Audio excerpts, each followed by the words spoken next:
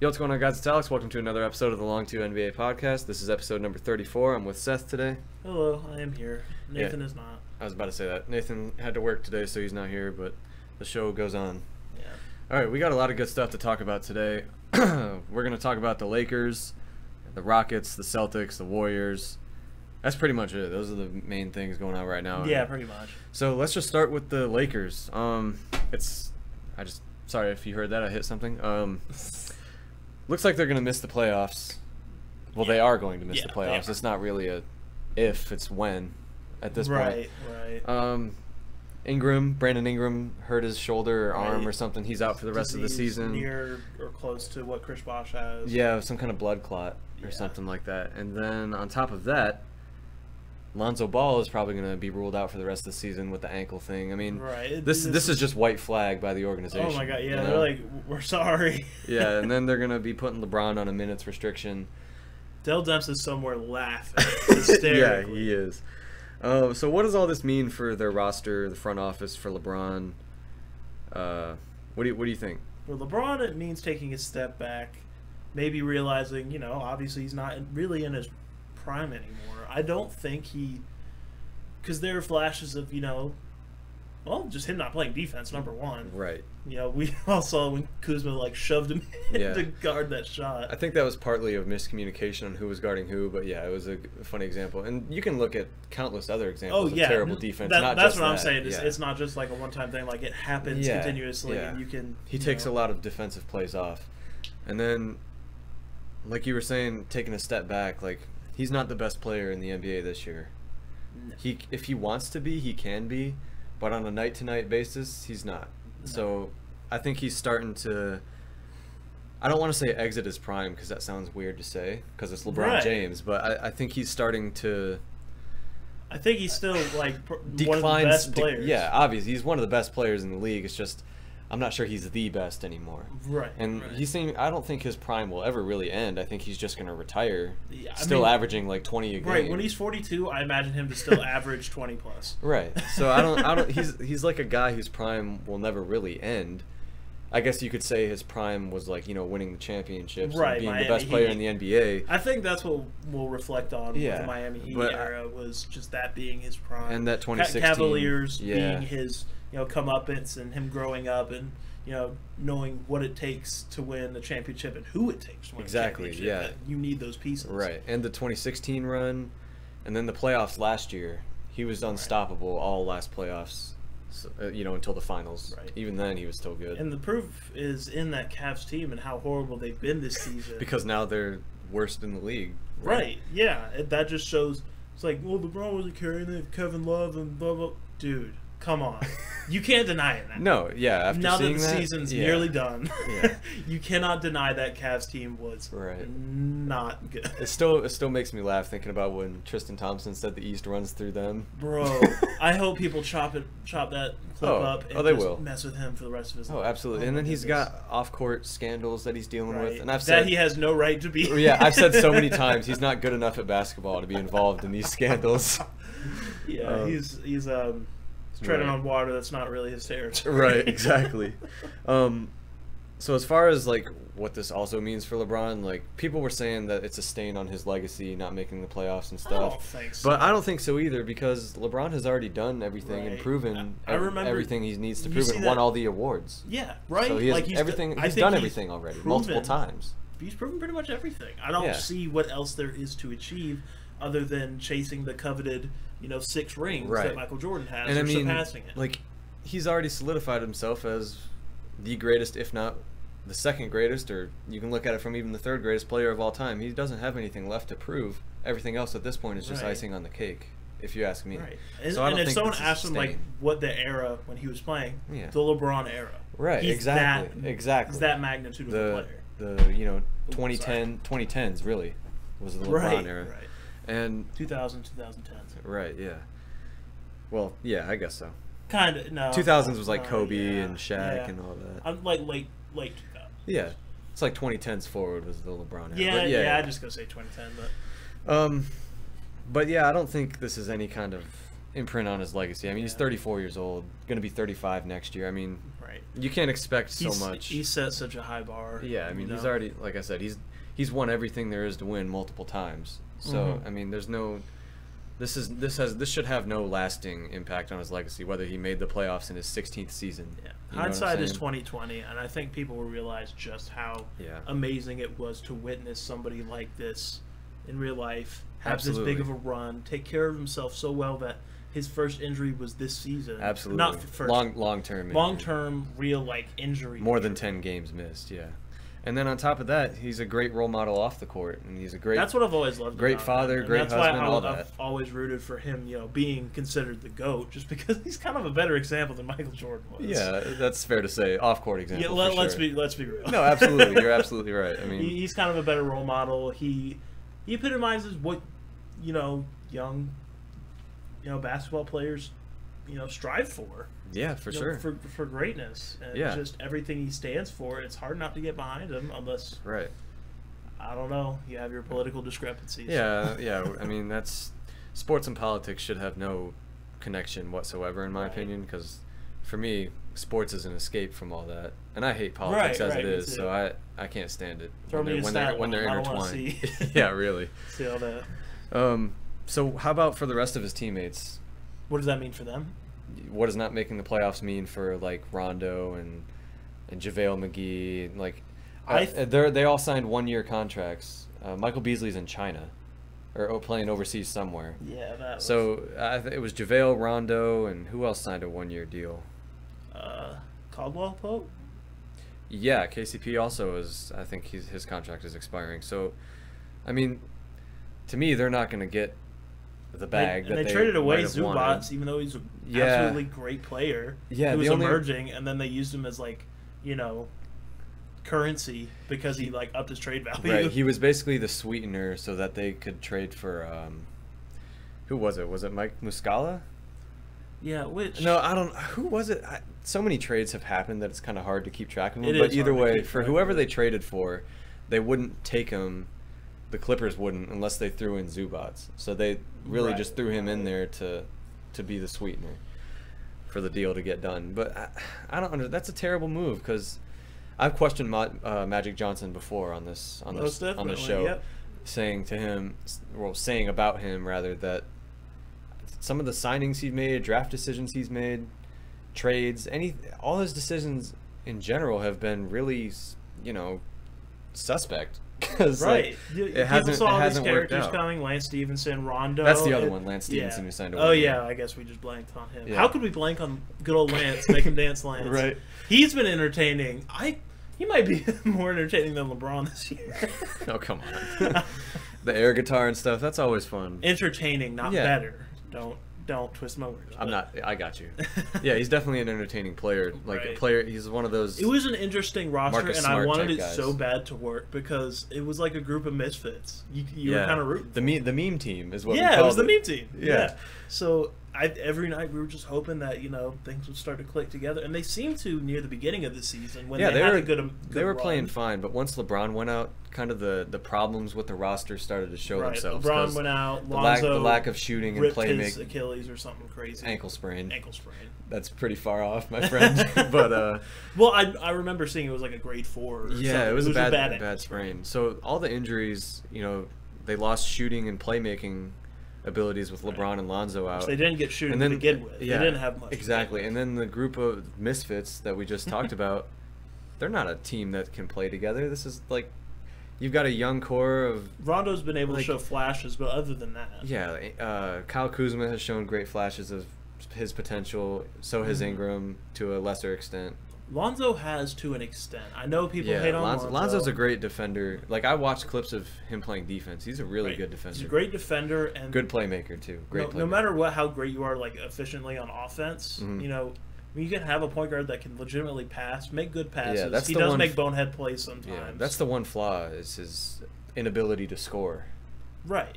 Or aggressively score all the time. And he does that sometimes, and the bench gets so hyped when he does it because if he was more aggressive, if he plays like a Ben Simmons type of style, where he is bigger, he's not that big, but he's bigger than most people at his position.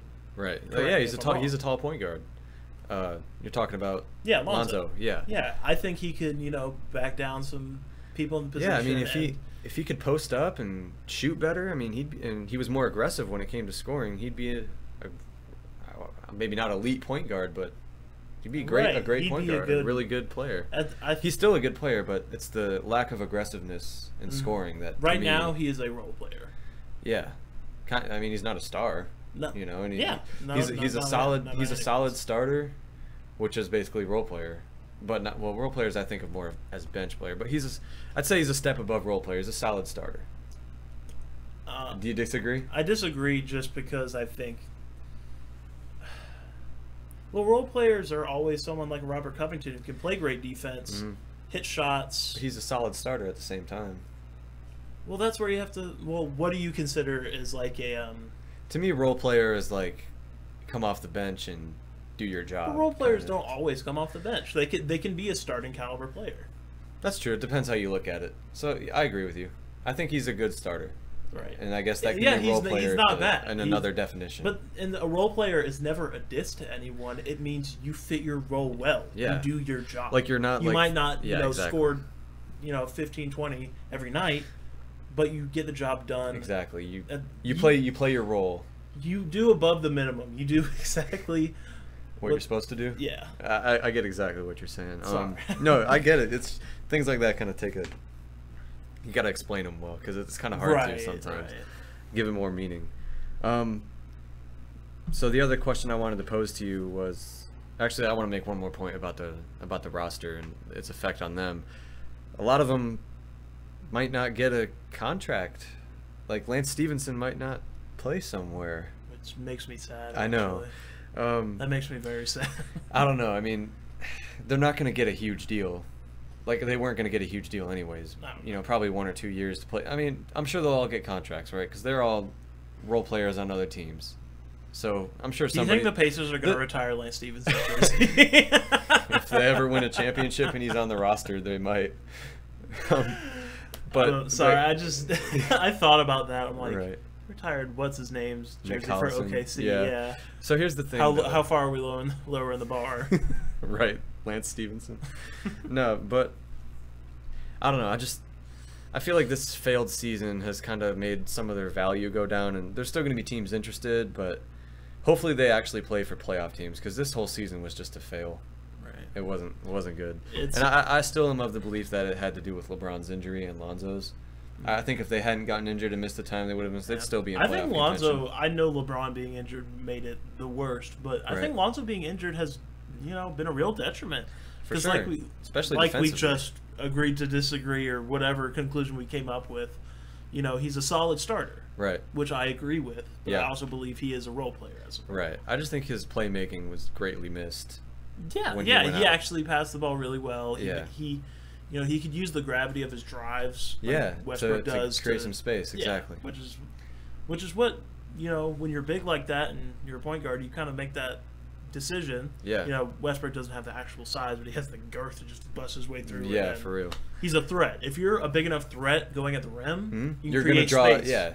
They're not going to let you get a wide open layup. Right. So you create. So you're going to make more shots. Opportunities if you're a good pass, you wrap around pass. Exactly. You do something. Exactly. So the other question I wanted to pose to you is, since we mentioned the minutes restriction for LeBron, and I guess it's going to be it's like under his control. Like if he deems fit that he wants to play, Le GM. He can he can play if he wants to. Le trainer. But if he decides he wants to sit for the fourth quarter or whatever, he can. So it's really all up to him. I load a little less or more today. Right, exactly. So it's really up to him when he wants to play, as it's kind of always been. So to me this isn't news, but it's like that's also a testament to his greatness, just how much power he holds. Exactly. It's like why on the team he's on. Why did they go public with this? Like that's just more criticism you can throw at the organization. Oh my goodness, it's bad. I mean, we've known it's been this way kind of for a long time. Oh yeah. Because he calls his own number. Right. So I don't. When he has the balls to chuck up those 40-foot threes that you see sometimes, right. I'm just like it's not news to me, but I just don't understand why they went out and said it. It's like here's the rules for his minutes restriction. Nothing has changed. So is there really a minutes restriction at all? It's just I like, don't know. if LeBron doesn't want to play, he doesn't have to. That's what that means. Exactly, and it's been that way forever. Right. As far as I know. I mean, that's how the it team seems. didn't wave the white flag until LeBron waved the white flag. Right. Which does say a lot about the franchise and how, Right. it is in general. Right? So I'm glad they didn't fully shut him down, though. Right. Because fans pay to see him play. We have a primetime game tonight. Exactly. And they play the Celtics. I was worried, when I first heard about the load management thing, I was like, Load management? Load management. The load management. That's pretty funny. But yeah, I was worried that he wasn't going to play too. It's like, dude, come on. You've got national TV games for the rest of the year. People have paid from other cities to come watch you play. People have... I feel like everybody that goes to the Staples Center to watch Lakers games, like, there's some basketball fans in there, but most of them are just there to go to the Lakers game and, like, not really watch. Or, like, oh, we're here because LeBron's here. Like, it's so expensive to get into a Lakers game. Oh my God. A lot of them aren't basketball Half fans. of them are celebrities. Exactly. A lot of them aren't pure basketball fans. There's LA, it makes sense. Exactly, but... which is fine. And the whole reason he went to LA, I believe, was a business decision, not necessarily basketball, which I'll get to in a minute. The most that's popping with the Hawks is like Gucci Mane or Offset and Cardi B pulling up sometimes. Right. Quavo will be there sometimes. Yeah, but a lot of people there are basketball fans. Right, and they're basketball fans as well. Right. But... Yeah. So, but anyway, I think I went off on a little tangent there, but if they were to cut LeBron's completely and just shut him down for the season, then every team who doesn't make the playoffs should be able to shut down their best player for the rest of the season. It doesn't make sense when you think about it that way. So I'm glad they're not doing that, but they are the minutes restriction thing, which really isn't a restriction. It's up to him. Right, but if he injures himself really badly again, he's gonna be like, "I told y'all." Well, it would have been up to him, so it's not their fault. Right. But yeah, I mean, if every team was allowed to just shut down their best player when they're out of playoff contention, it doesn't make sense to me. Like, I get it because it's LeBron. He's only got so many years left. Right. So I mean, maybe he'll, like we said, he might average 20 till he retires. Yeah, but he's only got this window to win a championship in LA. But that brings me to my point that I don't think he went there to do that, because you've seen the interview he did with Rich Paul, where they were basically saying, like, if you go to Philly and lose 10 games, it's a big deal. It blows up in your face because you're there to win. Right. If you go to LA and you lose 10 games, you still got all your movies and TV shows and whatnot that you're still working on there. It's not a big deal if you lose 10 games in a row in LA. That's literally what Rich Paul said in that interview. Wow. So, have you seen that clip? I haven't, actually. Okay, well, anyway, that's basically what he said. So he told everybody before. It's like, if they don't make the playoffs, it's not a big deal. Because I'm not working as hard. Exactly. Y'all put together a scrap team. Oh, come on. But I think him going there was a business decision, so he could be in Hollywood and work on all of his projects. You know what? Stuff. I don't blame him. He's been catering to other people for his whole career. And like we said earlier, he's proven everything he needs to prove. He's won everything multiple times. He's there for business. Right. And he also is a basketball player. That's what he does. He plays basketball for a living. He's one of the best players in the league, if not the best. Want a Sprite cranberry? but the thing is he's not there necessarily to win. Yeah. He's there to continue his career playing basketball. Yeah, and but obviously he wants to win. So much business that he's involved with there. Right. But obviously a winning is a plus, but I don't think that was the main idea, main thing. But do you think his outside activities are affecting his actual play on court? Do you think that has something to do with it? Nah, because he's been doing this all his career. He did it last year in Cleveland he's and stuff. So really good business. Nah, I don't think so. I think it has to do with the roster not being good, and also too many young guys who are still in their first or second seasons. Right. Third or fourth season. They're still young players, right? They're young core. I mean, it's going to take a while for them to develop. Because some players develop rapidly, like Donovan Mitchell, and then others it takes a while. You know what I'm saying? So. I think all of those factors, him getting older, the young core, the bad roster, the bad front office for that matter, I think all of that just was a recipe for, I don't want to say disaster, but, not a deep playoff run type season. Yeah, of course. I mean, a lot of people projected that they weren't going to even make the playoffs. Yeah, which surprised. I had them making the playoffs. A lot of people did. Because they think LeBron James can just magically fix the team. And they were playing well when they were all healthy. Right. Right. It just the injuries. I'm of the belief that the injuries is what caused it. Right. Well, is one of the biggest reasons that caused it. There's other things you can point to, like net rating and defense and all that kind of stuff. But even then, they still probably would have snuck in had they all been healthy. Yeah, there's a possibility. Yeah. But we'll never know because it's not going to happen. Right. And what happened. You can't change it. So it just didn't happen this season. Were you going to say something? I think I might have. Excellent. No, okay. No, good. I wanted to say about the front office, as I don't expect Magic Johnson to be the GM. Or I don't really necessarily expect Rob Pelinka to be there either because I think this botched season, like obviously the roster didn't work out for many reasons. I think because of that, they might lose their jobs. You think so? I don't know who would replace them, but I'm pretty sure there's GMs who could make better decisions than Magic. Like signing LeBron, I don't know. Like I said, I think it was a business thing. I think he might have been going there anyway. Right. I don't think it was necessarily people because should give the props to Magic. Exactly. I don't think it was because of Magic's persuasion or whatever that he signed there. It was. He just I gave think he him might the have been going there, grin, and it was like, all right, I guess. I think he might have been going there to begin with. So I don't want to give Magic Johnson too much props for that.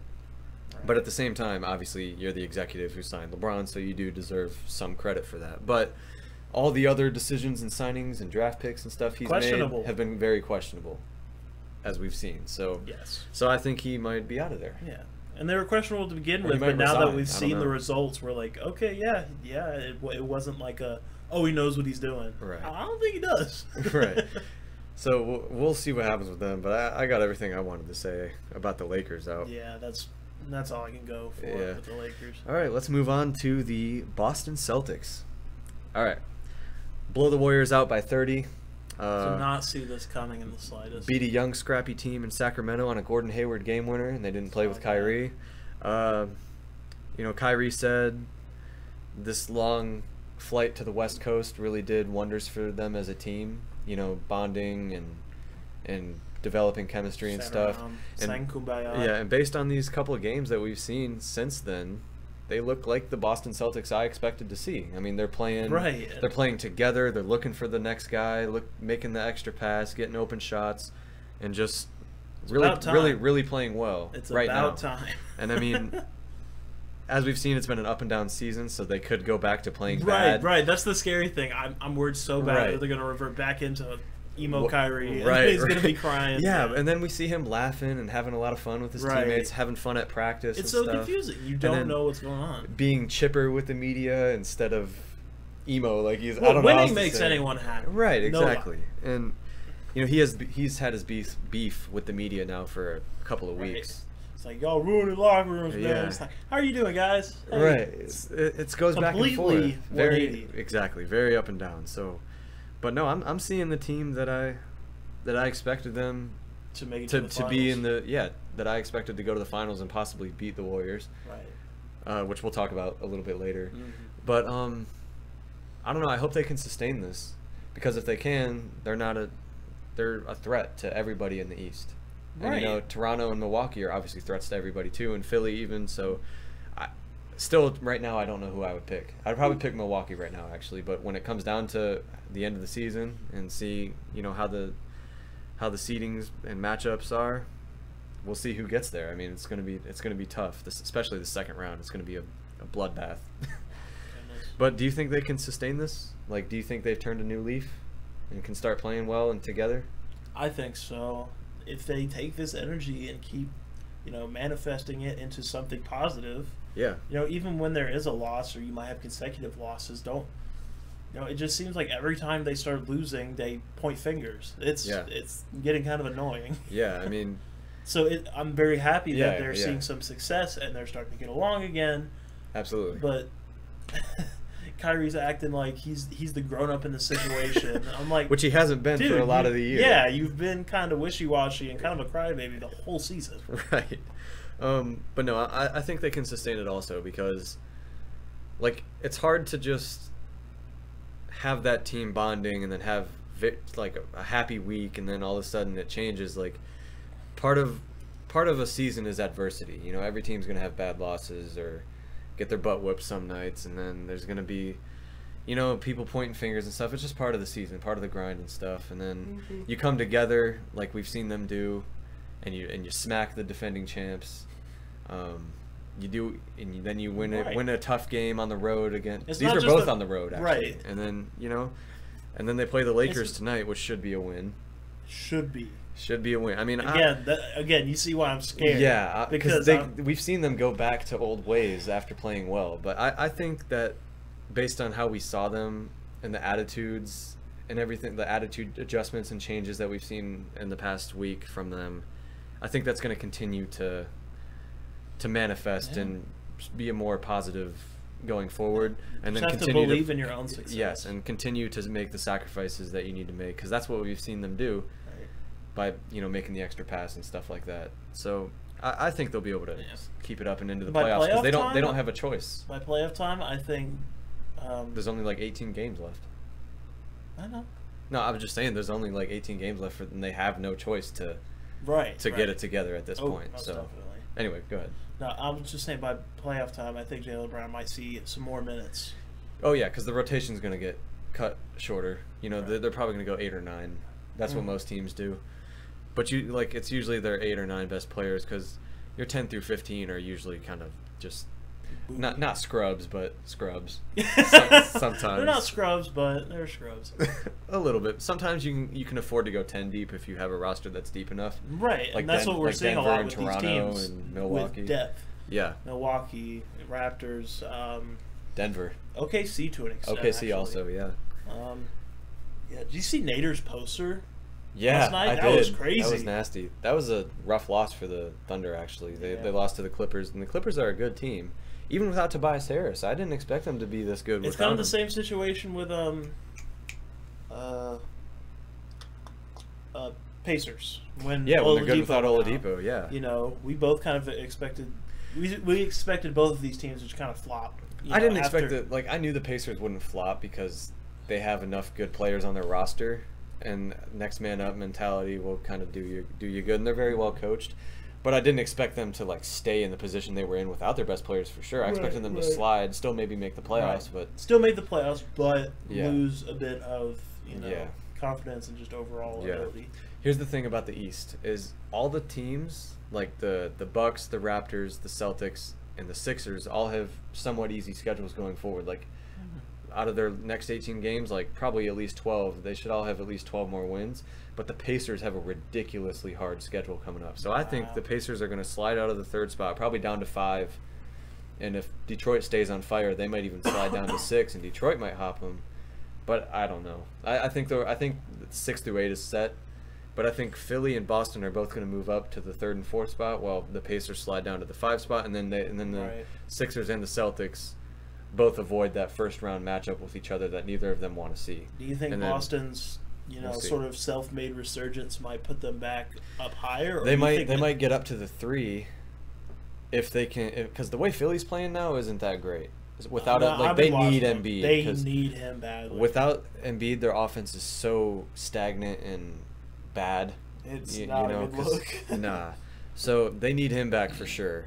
So I think if they It's both offensively and defensively. Yeah, so I think Boston could get up to the 3rd spot if they finish the season out stronger than Philly does. They Right. could get all the way to the 3rd spot, and Philly could be 4th, and then Pacers 5th. So That's what's so frustrating. we'll see how they come out. I mean, the end of the season for both conferences is coming down to the last 18 games to determine who gets what seed. So it's going to be a wild finish in both conferences.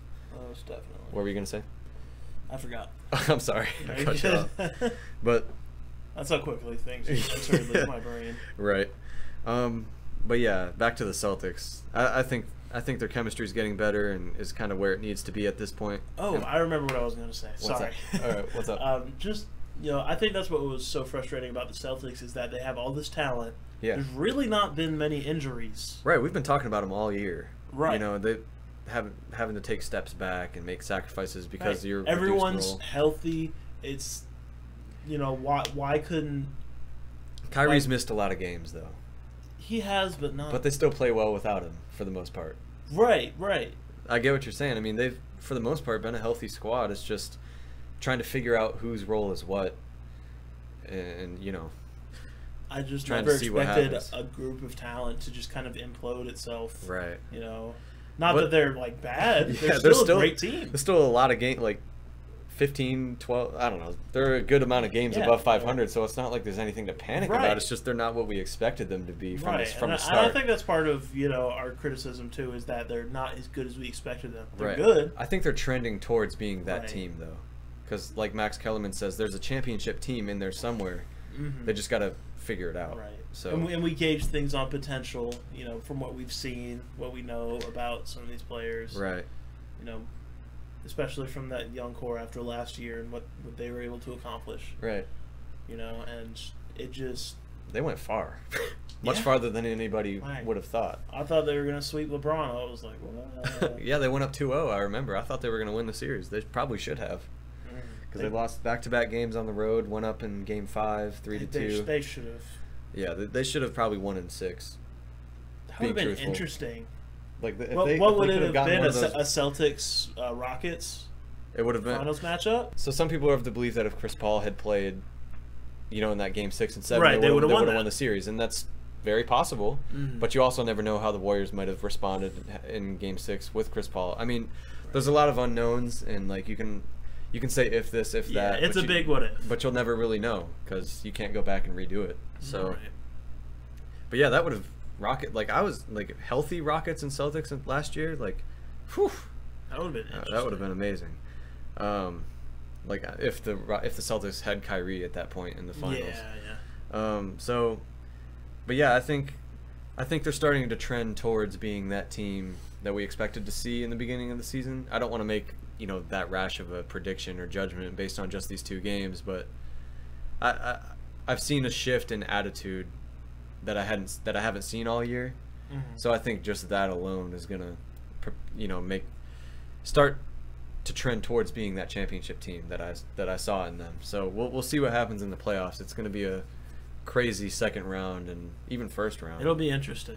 Yeah, I'm very excited. I'll have a lot of fun watching. Yeah, me too. I can't wait. We're getting close to it. I think it's like maybe a month till the playoffs, or a little bit over a month, like 5 or 6 weeks, something like that. So March is a long month, though. So. Yeah. All right, so let's talk about the Rockets.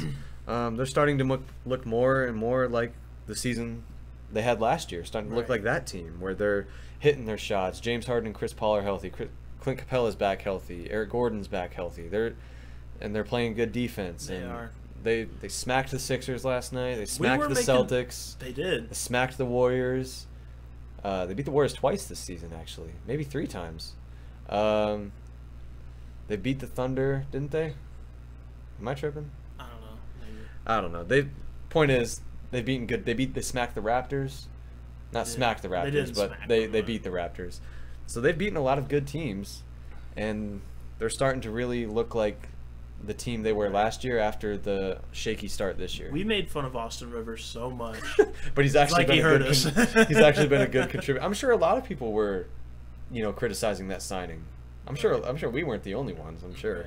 No, but at that time they needed anything. Something. They needed a point guard of any variety. Right, but now that they're healthy again, they're a dangerous team. They are. I mean, they're going to be a really hard team to beat like they were last year in the playoffs. It was rough at the beginning of the season. Yeah. Remember how we were just like, oh no, what's going to happen? Yeah, they've got the easiest schedule out of Portland, OKC, and themselves, because those were the 3 teams tied for the 3rd spot a couple days ago. And then now it's OKC is at the 4, Portland's at the 5, Rockets are at the 3, and the Rockets have the easiest schedule, so they should remain at that 3 spot, but Denver has kind of a tough schedule, so they might slide down to 3, and Rockets could take 2. You never know how it's going to pan out, and then the 4-5 matchup might be like Denver, Portland, or Portland Thunder, which would be a hell of a series, because Russ and Dame dislike each other. They do not like each other at all. Neither of those teams in general like each other. Nurkic hates Westbrook. I wouldn't say Dame and Westbrook hate each other. It's more Nurkic and Westbrook. Right. And Damian's leave me alone, man. Yeah, exactly. That's more his attitude. And then there's just the Westbrook. point guard battle between Dame and Russ is always fun, but there's mutual respect there. But anyway, the Even Rockets... though Russ is on south, I'm busting that ass all day, boy. Oh, come on. No, you're not. Are you kidding me? Like, really? Come on. No, I mean, Dame responded with 50. Still dropped 50 on 50 on him the other night when they lost in overtime. Right. That was a hell of a game. But either way, let's get back to the Rockets. They could jump as high as 2 or keep the 3 and then still be that dangerous team that makes it to the Western Conference Finals. I'm starting to believe in them more than Denver because Denver's been pretty shaky lately. So I'm starting to think Denver we has must. been, yeah. So I'm starting to think my original prediction of the preseason, where we get a repeat of Rockets Warriors in the West Finals, might come true. You think so? We'll see. I mean, the way they're playing now, That'd be and fun. now that they're healthy and they've got, They get 18 their, or so games they left. get their round 2. They might get it. Which will be fun. I will watch that series like every single second. Right, and this is what I wanted to mention about the Warriors is they have not played well really lately. Like last night against Denver, they've lost like it was a weird game last night. I mean, I thought it was like, oh no, they blown out Denver again because I thought it was like 20. But it was just a game of back and forth runs. Yeah, and it's like Denver would get it to within single digits, and then the Warriors would go on a run. It's like they really at points it looked like the Denver bench was like better than the starters. Yes, that's kind of how it's looked. Like that's what I meant about Denver is they've been kind of sliding a little bit lately. Right. And I don't know if I believe in them as much as I did a few weeks ago. So they're still very young. I think, a lot of people, weren't expecting them to make as big of a push as they did this season. Yeah, very true. I didn't expect them to be at the 2 spot. I don't think at this point in the season. No, probably not. I mean, I expected them to make the playoffs because of we were expecting a playoff push, not a 2 seed. That's crazy. But you don't win 44 games at this point in the season by accident. They're still a good team. Right, they still it's just are. I think Houston's better, at this point because, I might not have said that a couple weeks ago, but right now, Houston is on the rise, coming for that spot again, and then Denver's been slipping. So, again, the same way as it is in the East, where the seedings could change a lot depending on these last less than 20 games, it's going to be the exact same thing in the West. So we'll see how it goes. I mean, Clippers and Spurs are low key dangerous too. They can be. It's weird. It is really really strange. There's a lot of good teams, and it's gonna be a bloodbath to see who gets to the finals. And this is the point I wanted to make about the Warriors. They haven't been playing well all year.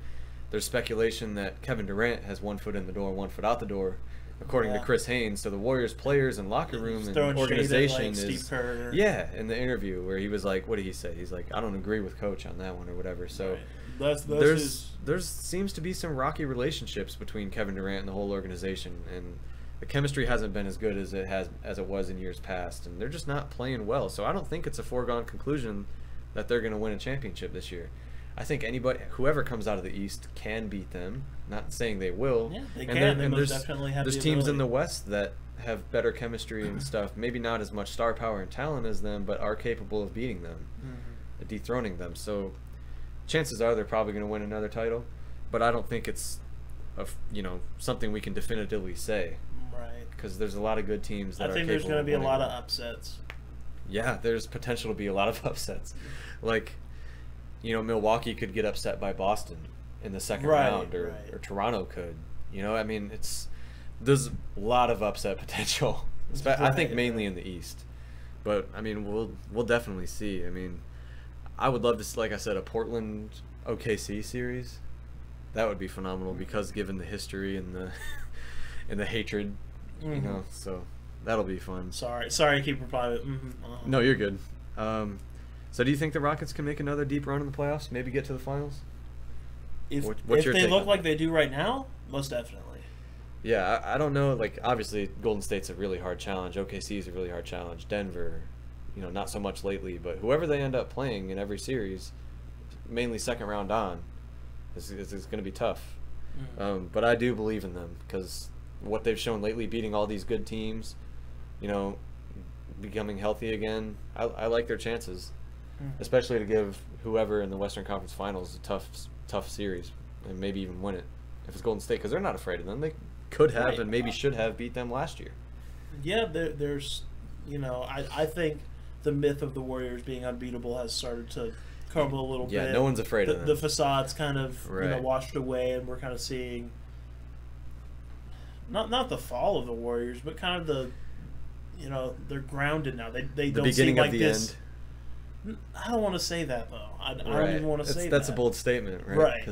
But I do want to say it's they're showing their vulnerabilities. Yes, they're showing more that they can be this beaten year for sure. There's ways to do it. They're still an amazing team, but they can be conquered if given, right team, right circumstances. You know, you play them well, defend well. Yeah, God, you got to defend well. Boston is 3-2 against them over their past couple seasons. Right. Past 3 seasons, they've been a team that has had an advantage on the Warriors. Right. So if it comes to a final series, you never know what could happen. Or even the Rockets could, like I said, could have and should have maybe beat them last year. So they're starting to, like I don't want to say crumble either, because they're still a really good team, obviously. But they're, like you said, they're starting to look more vulnerable because there's not as much chemistry this year as past years, and I don't know, they just don't look like they are as hungry for it. Mm-hmm. You know, they definitely want a three-peat. But, yeah, of course. But they've won everything already. I mean, again, there's hungrier teams. Right, back to the Brothers, like, you know, they've accomplished a lot. You know, it's obviously you want to win as many championships as you can, but it doesn't seem Kevin Durant's in the same headspace as someone like Steph or Clay. Right absolutely. now. I mean, Kevin Durant's been sour with the media and sour kind of towards everything a little bit, and as soon as the play of the player declines even a little bit, their attitude changes. Right. Yeah. So we might see a spike in his scoring, and he'll be like, "Oh, I love these guys." You know? Or we'll see, like, who knows when the playoffs comes. I mean, we know the Warriors are capable of flipping a switch, so this might all just be speculation and talk right now, but and it might come back to bite us when they when they win the championship. They sweep their way. There's no way they're going to sweep this year. No way in the world. Second round on. It's a joke. I know. I'm just saying for everybody. Second round forward, no sweeps. In my opinion, for any series. All right. That's well, again, we'll have our brackets and everything. Yeah, we'll talk about it for sure. But yeah, I mean, the Warriors just looked like, I don't want to say lost a step, because it's the regular season. We all know this is their third year in a row where they kind of coast a little bit. They don't really care too much about the regular season. So they could flip the switch when the playoffs come. Wouldn't surprise me if they win a championship at all. But I just don't think it's a foregone conclusion anymore, like it was at the beginning of the season, before we saw how good these other teams are. All right, last thing here is also dealing with the Warriors. Andrew Bogut is coming back for the Warriors. He was their starting center back when they won the championship in 2015. That makes me really happy. Yeah. That he's coming back to the Warriors. He solid defender. How cool would that be if a KD-less Warriors and then Bogut's back? It's kind of going back to the team that we saw in 2015. You know, the birth of this championship ridiculous team. Yeah, and this is what I think the Warriors are going to do. Boogie's going to leave, sign somewhere else.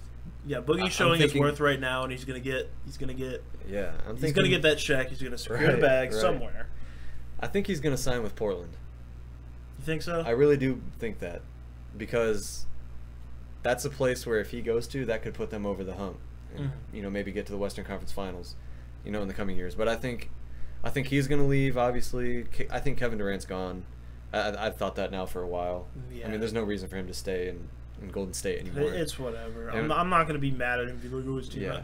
I think a lot of people don't want him to be on the Warriors. No, I don't, because I don't like watching them with him. I mean, yeah, they play good basketball. It's cool to watch them, but like, I'd rather watch Curry, be the focal point, and him. That's what I was saying. Team. How cool it would be to have Steph Curry at being the alpha number one option. And then Clay goes back to 2. So here's what I'm hoping for is that both those guys leave, KD and DeMarcus, and then they use money to sign a bunch of role players and bench players and solid players to build around, like they did in that 2015 and 2016 run, where they had their one superstar, another all-star or 2, and then solid bench and depth and all that. That's the team that won them the 2015 championship and got them to Game 7 of the finals in 2016 where they choked.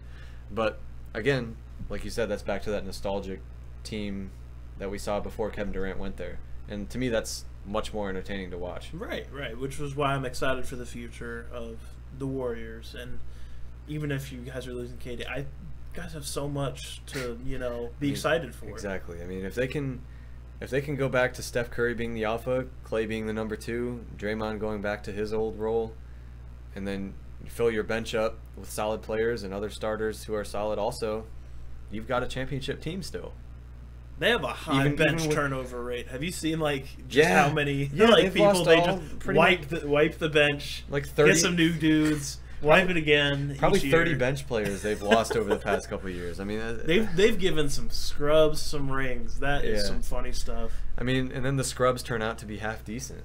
You know, for the them. Warriors system and just how great everyone else is makes them decent. Exactly. So, I don't know. Like you said, I'm kind of excited for the future of the Warriors only if Kevin Durant leaves. Yeah. Which I don't. There's no way he stays, in my opinion. Like I don't think he's. You win three rings in a row. It probably starts to feel a little repetitive and almost easy. Not easy, but nothing comes easy. Right. But like it starts to get old. Like. Hey, okay, I've won everything there is to win. I see what people are saying about how I copped out, and this is easy. Yeah, he's an emotional guy, and I know he hears all of that, all the talk surrounding him. He's also a fun guy. So I know he wants out. You can tell how he treats the media and by his attitude. He gone. Yeah, I mean, I don't see him staying. If he does leave, where do you think he goes?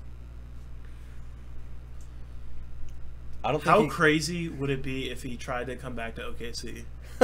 No way. If he signed like the minimum, and you get Russ, Paul George, and Kevin Durant. Oh my God! If he signs the minimum, I'd kill him. I'd kill him. No, there's no way. No, but that relationship's fractured. I don't think he goes back. No. If he goes anywhere, I mean, anywhere with cap room, like the Nets. How cool would that be to see him play with D'Lo? That'd be cool, but then it'll be like these young guys don't know how to play when they lose a game, and it'll be like Kyrie and LeBron. Yeah, it's like, hey, they were a playoff team without you, man. Relax.